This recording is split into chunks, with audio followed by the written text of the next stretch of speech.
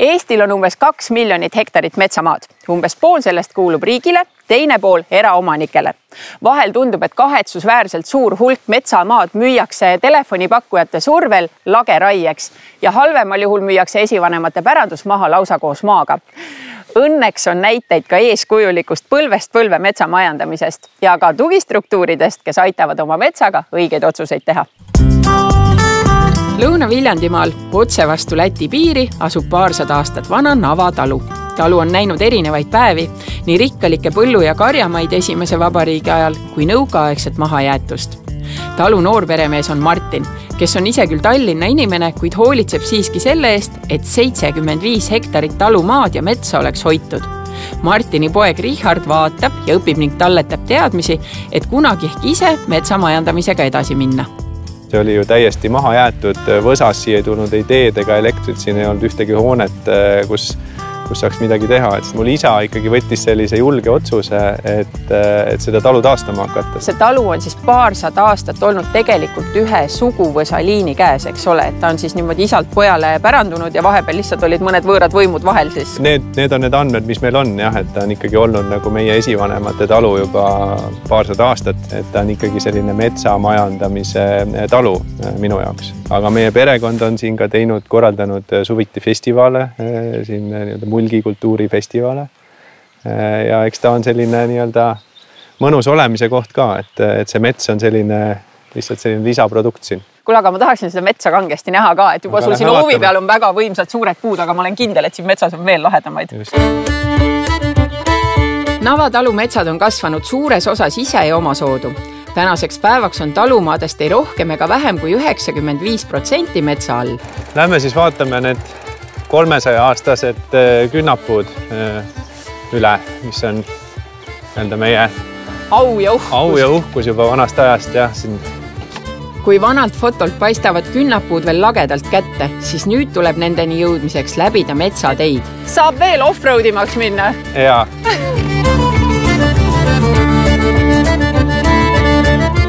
Et see on tõenäoliselt nüüd selline puu, mis mitte ühelgi juhul siit nagu inimpõhjusel maha ei tule, on ju? No ma arvan küll, jah, et ei tahaks seda puutuda. Tegelikult ka kogu see ümbrus siin nende künnapuude ümber me oleme otsustanud, et siin me nagu ei tee üldse mitte midagi. No sa oled 6 aastaga tegelikult väga palju ennast ikkagi metsamajandamisega ju kurssi viinud, aga sa ikkagi põhiliselt elad ju pealinnas, eks ole. Ja. Kuidas sul niimoodi eemalt see metsa koordineerimine välja tuleb? Karta kindlasti ei tasu, et telefoni ja e-mailiga saab nagu kõik asjad aetud, et olen leidnud omale sellise hea metsaühistu ja seal olevad asjatundjad, kes siis aitavad kõik vajalikku ära korraldada. Eesti erinevates maakondades on kokku ligi 30 aktiivselt tegutsevat metsaühistut. Metsaühistusse võivad kuuluda kõik, kel kas või natukenegi metsamaad. Martin liitus abi saamiseks Lõuna-Eesti kandis tegutseva MTÜ-ga ühinenud metsaomanikud. Mis see metsaühistusse kuulumine annab? Ta annab selle, et kui sa ei tea nüüd, mis oma metsaga teha või kuidas seal majandada, et ta annab selle võimaluse, et keegi tuleb ja aitab sul, annab informatsiooni või siis isegi teostab tööd, et ilma selleta, et sa peaksid nüüd näiteks selle metsa siis maha. Esialgne hakkab, kui metsaomanik tuleb kontorisse või saame metsas kokku, et siis me käime jalutame metsas, räägime, mis on võimalik, juba siis, kas tal on see metsamajandamiskava olemas või ei ole, et tegelikult metsamajandamiskava annabki ette juba selle plaani esialgse, kuidas siis toimima peab ja siis juba vaadata jooksvalt, et mis otsast alustada. Metsamajandamiskava tehakse metsaomanikule 10 aasta peale. Kava kirjeldab metsa seisukorda ja näeb ette, mida ühe või teise metsatükiga ette peaks võtma. Kohustuslik on see neile, kes tahavad raiet teha. Ka Martini maadel on tehtud uuendusraiet, kuid ainult seal, kus see tõesti vältimatu on ning asemele on alati istutatud uued kultuurid. Nii, jääme siin korra seisma. Siin on meil eelmisel aastal istutatud kuused Richardi poolt. Richardi istutatud kuused, et juba on see generatsioonid on ikkagi nagu toimima pandud, jah? Näita mulle, kus on sinu istutatud kuused. Näita ette, millised kuused sina said istutada. Mäletad sa ise seda ka või? See üks, kas sa 3 tükki istutasid või istutasid rohkem? 3 tükki, jah. Kas sul on lemmik ka või? See on kõige suurem, on ju. Päris uhke värk ikka. mul on isegi natukene kahju, et me salvestame seda lugu tegelikult juuni alguses. Et mõelge, kui me oleks tulnud siia 3 nädalat hiljem, siis on siin see väike kuuseke ja kõik need maasikad. See vist on raiesmike suur pluss. No eestlastele kangesti alati meeldib nagu rahast rääkida, ma ei hakka siin numbreid küsima, aga kas see metsamajandamine toob nulli või tegelikult maksad sa ikkagi peale, et seda kõike siin korras hoidab?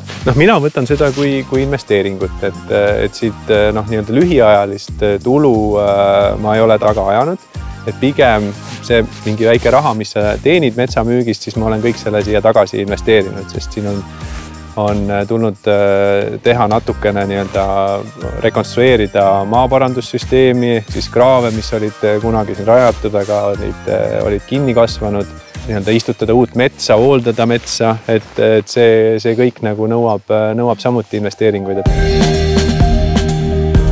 Praegune näiteks kehtiv metsaomanikule soodustusse 5000 eurot tulumaksuvaba metsamaterjali müügil või raieõiguse müügil aastas ütlebki seda, et tee iga aasta ja tee natukene, et ei ole vaja korraga seda suurt ala teha. Ja teiseks on see, et kasutada võimalikult ära toetusi, mis praegu meil on, uuendamise toetused, siis ei tasu istutada suurt ala korraga, ehk peaksidki käima niimoodi astmed edasi.